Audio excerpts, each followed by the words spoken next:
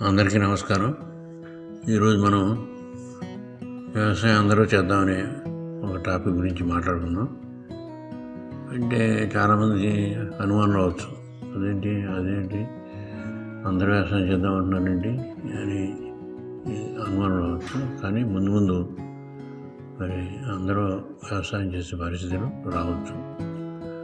ఉదాహరణకి పూర్వకాలం కుర్రతులు ఉండేవాళ్ళు, అంటే కుమ్మరి చాకలి ప్రత్యేక రైతులుగా ఆయా కులాల వారికి సంబంధించిన వృత్తులు చేసేవారు. ఇప్పుడు ఆ పరిస్థితి లేదు.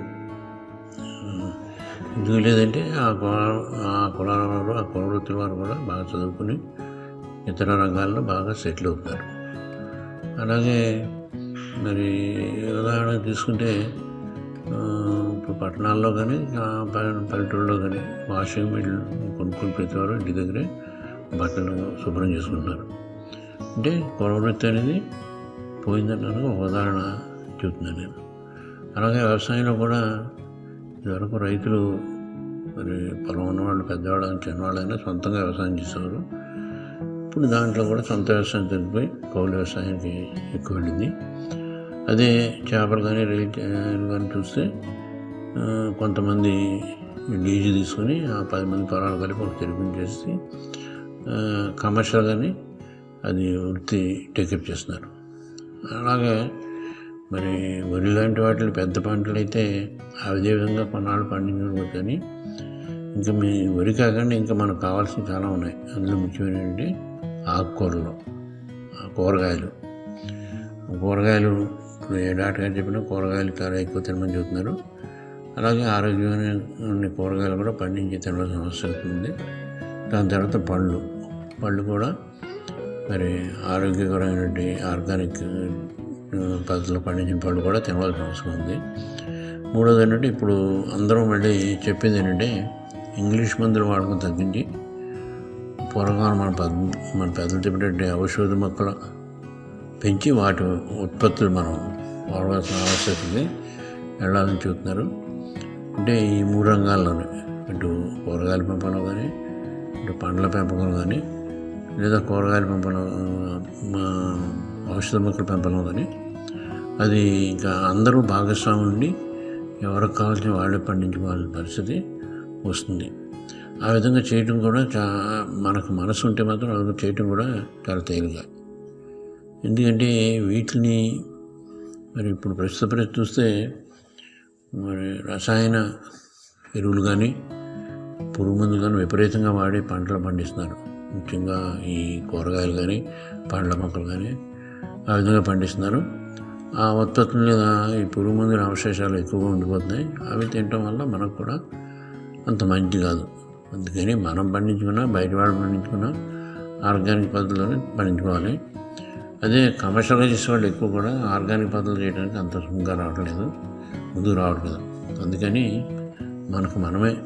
మనమే ప్రస్తుతం కనీసం మన కుటుంబ అవసరాలకైనా మనమే ఈ కూరగాయలు, ఔషధ మొక్కలు, పళ్ళు పండించుకోవాల్సిన అవసరత ఎంతైనా ఉంది. అది కూడా ఆర్గానిక్ పద్ధతిలో పండించుకోవాల్సిన అవసరం ఎంతైనా ఉంది. అది మరి అందరూ పండించుకోవాలంటే అలాగా. ఇక్కడ ఏంటంటే ఒకటి మనకు కనుక ఆసక్తి పెరిగి ఆటోమేటిక్గా మనం అందరం పండిద్దాం. పూర్వకాలంలో 50 సంవత్సరాల క్రితం చూసుకున్నట్టయితే గ్రామాల్లో ముఖ్యంగా ఎవరూ అసలు సంతకెళ్ళి కూరగాయలు కొనుక్కొచ్చేవాళ్ళు కాదు. ఆ ఇంటి పెరట్లోనో లేదా పొలం గట్టునో లేదా గడ్డి మెట్ల పక్కన ఎక్కడికక్కడ 4 పాదులు పెట్టుకోవటం, అవి తెచ్చుకోవటం, అవే వండి తింటాం. అప్పుడు జరిగేది ఏంటంటే అవన్నీ ఆర్గానిక్, ఎవరో ఎరువులు వేసేవారు కాదు, పురుగులు కొట్టేవారు కాదు. కానీ రాను పరిస్థితులు మారిపోయి వీటి పెంపకం కూడా కమర్షియల్ అయిపోయింది. కమర్షియల్ ఎప్పుడు అయిపోయిందో విపరీతమైన ఎరువులు, పురుగు మందులు వాడటం కూడా జరిగింది. ఇప్పుడు మనం ఎట్టి పరిస్థితులను మళ్ళీ ఆర్గానిక్ పురుగు మందుల అవకాశాలు లేని కూరగాయలు, పండ్లు, ఈ ఔషధ మొక్కలు పండించుకుని తినవలసిన అవసరం ఉంది. అది ఎలాగనే అనుమానం వస్తుంది. ఇక్కడ ఏంటంటే ముందుగా పిల్లల్లో ఆసక్తి కలగజేయాలి. పిల్లల మనసు కనుక మనం మార్చగలిగితే వాళ్ళని బట్టి మనం కూడా మారుతాం. దీనికి ఎలాగా పిల్లలు మార్చడం అంటే హై స్కూల్ స్థాయిలో ఈ ఇప్పుడు మనం చెప్పుకున్న పంటలు, కూరగాయలు కానీ, పండ్ల మొక్కలు కానీ, లేకపోతే ఔషధ మొక్కలు కానీ పెంపకం గురించి వాళ్ళకి ఒక పాఠ్యాంశం పెట్టాలి. వాళ్ళకి కొంతవరకు బేసిక్గా వీటి పెంపకం గురించి అవగాహన చేయాలి. రెండోది ఏంటంటే వాళ్ళు ప్రాక్టికల్గా వాళ్ళకి అనుభవం రావడం కోసం చాలా స్కూల్కి, ముఖ్యంగా గవర్నమెంట్ హై స్కూల్కి చాలా పెద్ద పెద్ద కాంపౌండ్ ఉన్నాయి. దాంట్లోనే చిన్న చిన్న మడులు చేసి కూరగాయలు ఎలా పండించాలో వాళ్ళ చేత డైరెక్ట్గా పండించడం నేర్పితే వాళ్ళకి దాని మీద అనుభవం ఉంటుంది. కాబట్టి పెద్దవాళ్ళు అయిన తర్వాత కూడా వాటిని పెంచడానికి ఆసక్తి చూపిస్తారు. ఇంక ఇలా పండించిన ఉత్పత్తులు మరి ఎవరు తింటారు ఏంటని అనుమతిస్తే, మరి చాలా స్కూల్లో మధ్యాహ్న భోజన పథకం ఉంది. వాళ్ళ ఆ టైంలో వాటి వాడకానికి కూడా ఉపయోగించుకోవచ్చు. లేదంటే ఆ మాస్టర్లు కానీ లేదా దగ్గరలో ఊళ్ళో ఉన్న రైతులుగా గ్రామస్తులను చెబితే వాళ్ళే కొనుక్కుంటారు. దానివల్ల కొంత ఈ ఖర్చు కూడా కలిసి వస్తుంది. ఇది ఒక గవర్నమెంట్ స్కూలే కాకుండా కార్పొరేట్ స్కూల్స్లో కూడా తప్పనిసరిగా వీటి గురించి పాఠ్యాంశం పెట్టడం ఒకటి, అక్కడ కూడా వీటి పెంపకం గురించి ప్రాక్టికల్గా చేసి చూపించడం చేయడానికి కంపల్సరీగా మరి ఏర్పాటు చేయాలి. ఇంకా రెండోది ఎవరంటే మహిళలకు మనం ఆసక్తి చూపించకుండా వ్యవసాయ పనులు ఇంటి దగ్గర మనం ఏ పంట పండించడం, మహిళలకు ఇంట్రెస్ట్ ఉన్నప్పుడే కూరగాయలు పండించాలో ఇంకోటి పండించాలో మనకు కుదురుతుంది. ఇప్పుడు మనకు అందరికీ తెలిసిందే, ఇప్పుడు మరి డాక్రా గ్రూపు ద్వారా మహిళలు చాలా ముందని చేస్తున్నారు. అటువంటి వాళ్ళకి మనం ఇట్ల పెంపకం గురించి అవగాహన కల్పించి అలాగే అవి ఎలా పెంచాలో శిక్షణ ఇప్పించి వారు కూడా ఇవి పండించడానికి, వారి ఇంటి దగ్గర పండించడానికి ముందుకు వస్తారు. ఒక్క ట్రైనింగ్ ఇచ్చి వాళ్ళకి పెంచడం చెప్పడం కాకుండా వాటికి కావాల్సినటువంటి వనరులు అంటే విత్తనం కానీ, వర్మీ కంపోస్ట్ కానీ, పంచగావి కానీ, వేపగిని కానీ, వేప నూనె కానీ, అలాగే ఈ మధ్య సేంద్రియ పురుగు మందులు వచ్చినాయి, ఆర్గానిక్ పెస్టిసైడ్స్, వాటిని కానీ అన్నిటిని కూడా మరి ఎవరైతే వీటిని పెంచుతారో వాళ్ళందరూ అందుబాటులో ఉండేట్టు మనం చూడాలి. అంటే ఇక్కడ ఒకవైపు ప్రభుత్వం ఇట్లే అన్నిట్లో ముందు రావాలి, దాంతోపాటు స్వచ్ఛంద సంస్థలు కూడా ముందుకు వస్తే ఈ కార్యక్రమం ముందుకు వెళ్ళడానికి వీలవుతుంది. ఇంకా కొన్ని స్కూళ్ళు అయితే, గవర్నమెంట్ స్కూళ్ళు అయితే ఆ ఓల్డ్ స్టూడెంట్స్ అసోసియేషన్ ఉంటారు, వాళ్ళ యొక్క సహకారం కూడా తీసుకుని ఈ కార్యక్రమం ముందుకు వెళ్తే ఇంకా బాగా సక్సెస్ అవుతుంది.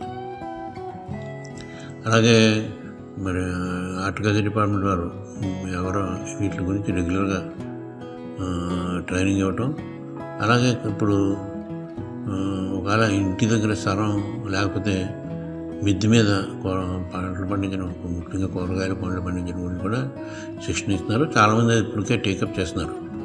దాని గురించి కూడా ఇంకెక్కువ కాన్సన్ట్రేట్ చేసి ఎక్కువ మంది మహిళలకి హార్టికల్చర్ డిపార్ట్మెంట్ ద్వారా అలాగే స్వచ్ఛంద సంస్థల ద్వారా కూడా ట్రైనింగ్ ఇచ్చి వారికి సపోర్ట్ ఇవ్వాల్సిన అవసరం ఉంది.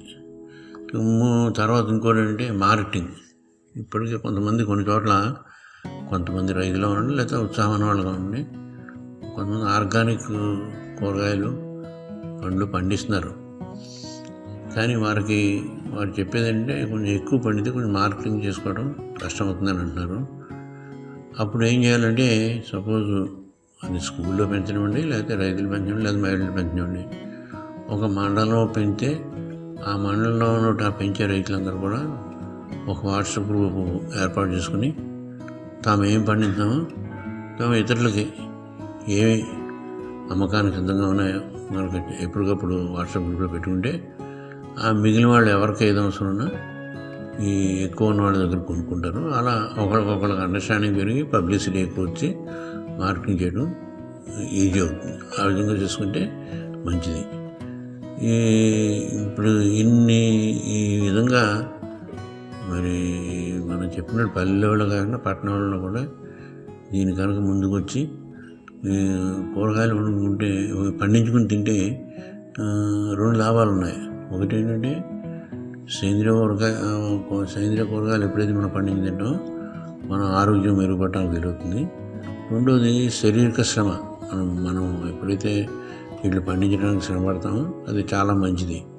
ఈ అన్నిటికంటే ఇంకోటి అంటే మీరే పండించుకుని మీ ఇంటి దగ్గర కూరగాయలు అప్పటికప్పుడు కోసుకుని మీరు వండుకు తింటే అంతకంటే హ్యాపీనెస్ ఏమి ఉండదు.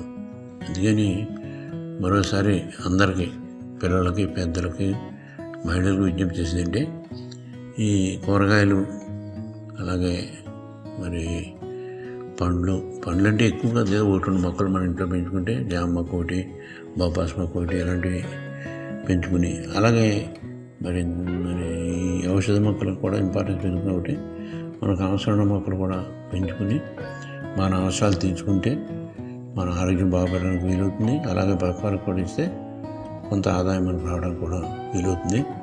ఆ విధంగా చేయాలని చెప్పి బైరాస్ ఫౌండేషన్ వారు విజ్ఞప్తి చేస్తున్నారు.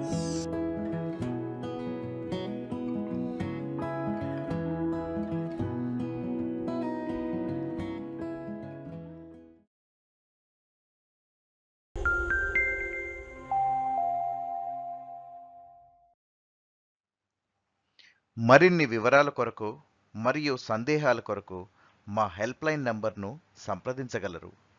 ధన్యవాదములు.